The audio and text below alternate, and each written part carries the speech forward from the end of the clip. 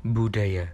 Ada banyak orang yang belum mengerti dan paham tentang apa arti budaya.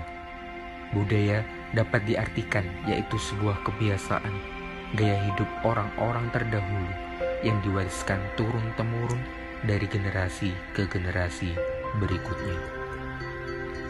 Budaya harus tetap kita jaga, yang nantinya akan kita wariskan kepada cucu-cucu kita nantinya.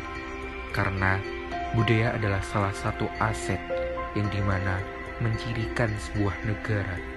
Dengan adanya kebudayaan, beberapa orang akan mengenal dan mengetahui ciri khas yang dimiliki negeri tercinta ini.